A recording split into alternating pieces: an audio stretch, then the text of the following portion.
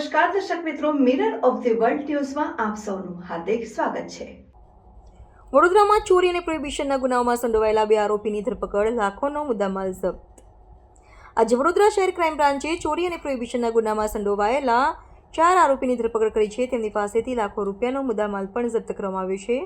વડોદરા શહેર ક્રાઇમ બ્રાન્ચને બાતમી મળી હતી કે કેટલાક કિસ્સાઓ ચોરી અને પ્રોહિબિશનના ગુનાઓમાં સંડોવાયેલા છે। બાતમીના આધારે પોલીસે વોચ ગોઠવી અને 2 આરોપીને ઝડપી પડ્યા હતા। આરોપીના નામ છે મનીષ અને દીપક। પોલીસે તેમની પાસેથી ચોરીનો મુદ્દામાલ અને દારૂનો જથ્થો જપ્ત કર્યો છે। પોલીસે જણાવ્યું કે આરોપીઓ અનેક ગુનામાં સંડોવાયેલા છે અને તેમની પાસેથી વધુ તપાસ હાથ ધરવામાં આવી છે।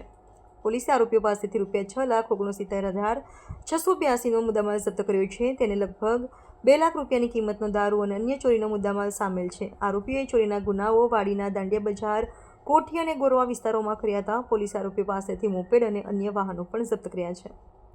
પોલીસે આરોપીની ધરપકડ કરી અને તેને પાસા હેઠળ અટકાયત કરવામાં આવી છે। આ ઘટના શહેરના અન્ય ગુનેગારો માટે ચેતવણીરૂપ કિસ્સો છે।